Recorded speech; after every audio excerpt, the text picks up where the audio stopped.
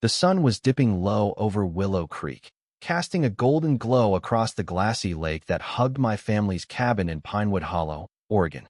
It was July 12th, 2024, and I'd just arrived to claim the place my granddad, Henry, left me after he passed.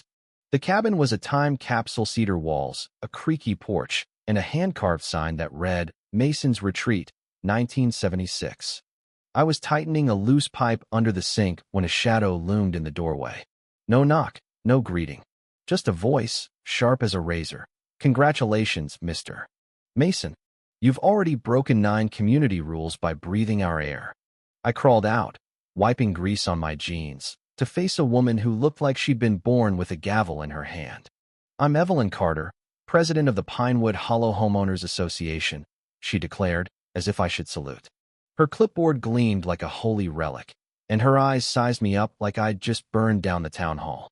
Your shack is a blight on our lakefront, a safety hazard, and a violation of our aesthetic standards. You've got 30 days to tear it down, or we'll do it for you. I blinked, half expecting her to crack a smile. She didn't. This was no joke, this was war. I tried to explain. Ma'am, this cabin's been in my family for decades. Granddad lived here 50 years, never had an issue. Evelyn's lips curled into a sneer. Your granddad's gone, isn't he?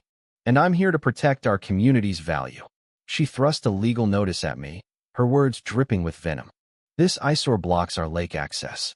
We're building a community pier, something everyone can enjoy, not just one selfish squatter. The way she spat selfish made my blood boil. I glanced at the lake, stretching wide and open, with plenty of shore for all. Her logic was as flimsy as her fake smile, but the threat felt real. That night, I sat on the porch, the notice crumpled in my fist, staring at the stars reflecting off the water. This was where Granddad taught me to fish, where we'd sit swapping stories till midnight. Now some HOA tyrant wanted to bulldoze it. I was ready to fight, but Evelyn wasn't playing fair. By morning, she'd cut off my power and water, citing safety violations. Yellow flyers appeared on every pole in town, screaming, Dangerous trespasser threatens Pinewood Hollow, with a blurry photo of me holding a wrench, looking like a fugitive. Neighbors I'd never met crossed the street to avoid me.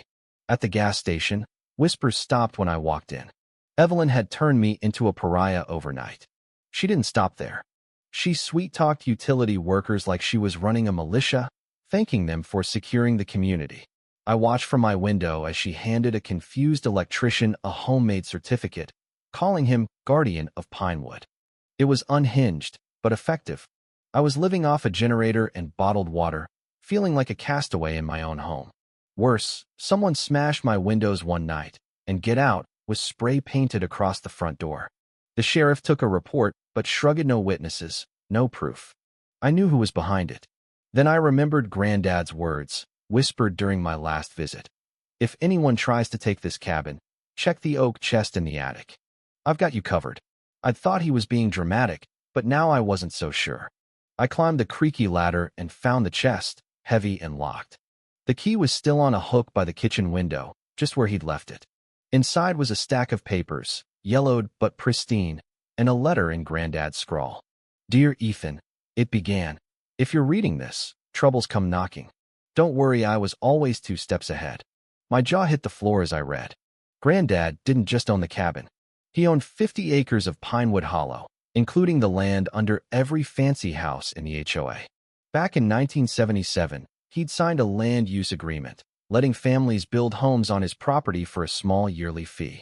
They thought they owned their lots outright, but legally, they were tenants. Evelyn, the self-proclaimed queen of Pinewood, was renting her McMansion from me. The irony was so rich I almost laughed.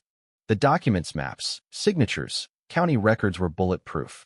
Granddad had outsmarted them all. I called my old friend Nate Harper, a small-town lawyer who mostly handled speeding tickets but knew enough to spot a slam dunk. Ethan, this is wild, he said, poring over the papers. You're not just the cabin owner, the landlord of this entire neighborhood. I also visited Clara Thompson, a 70-year-old neighbor who'd known Granddad forever. Over coffee, she spilled the tea. Evelyn's been terrorizing folks for years, she said. She bullied the Parkers into selling their place cheap over some nonsense about their mailbox.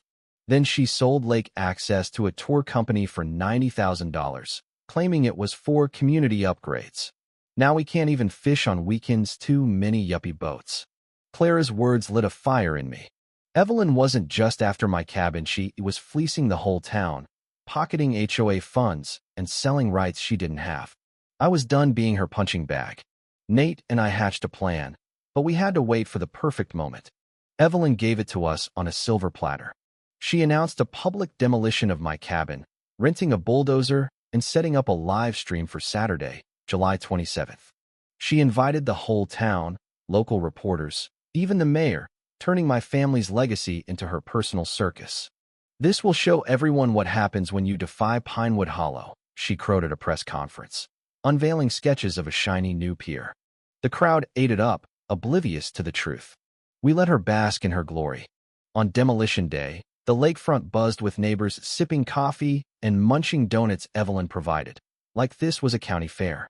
She stood in a hard hat, streaming to her followers, her voice dripping with righteous fury. "Today, we reclaim our community from a lawless intruder," she said, pointing at me. I stood off to the side, looking defeated, while Nate set up a projector behind the crowd. The bulldozer roared, inching toward the cabin. My heart pounded. This was it. "Evelyn," I called, stepping forward with a legal notice Nate had drafted. "You might want to read this before you do anything stupid." The crowd turned, confused.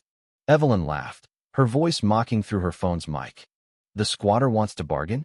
"Too late, buddy." I held up the paper. "This isn't a bargain.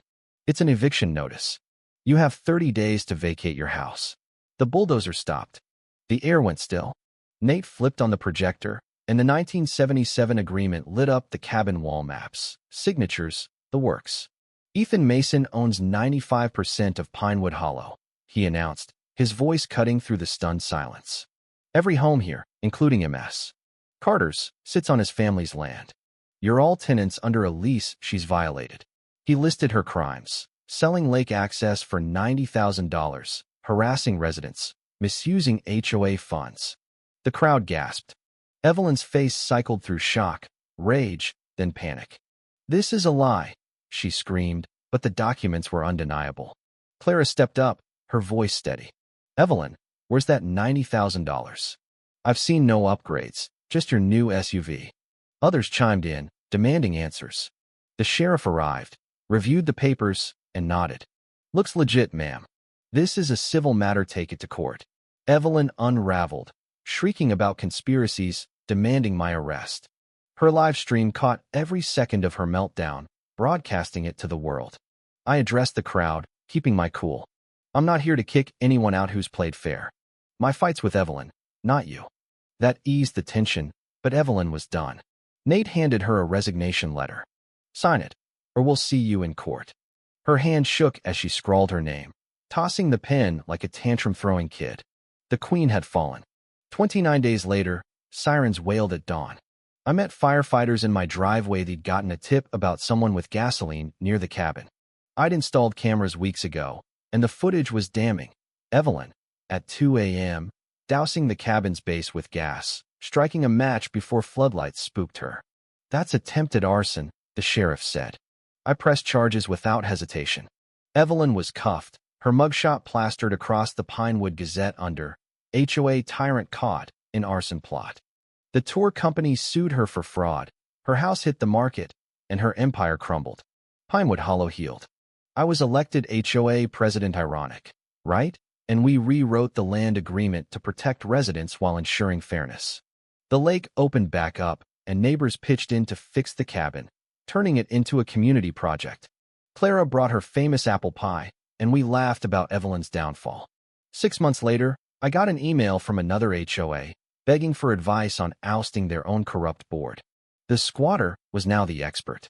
I'm still in the cabin, tinkering with boat motors in Granddad's old garage, watching sunrises over Willow Creek. Evelyn's in a dingy apartment across town, working retail, banned from any HOA forever. She thought she could erase my family's legacy, but she only destroyed her own. Justice is slow, but man, it hits hard. So what do you think? Was Evelyn just power hungry, or did she believe her own lies? Should I have shown her mercy, Or did she deserve every consequence? Could you have stayed calm in my shoes, or would you have snapped sooner? Drop your thoughts below, hit that like button, and subscribe. You've got more wild stories coming. Let's hear your craziest HOA battles.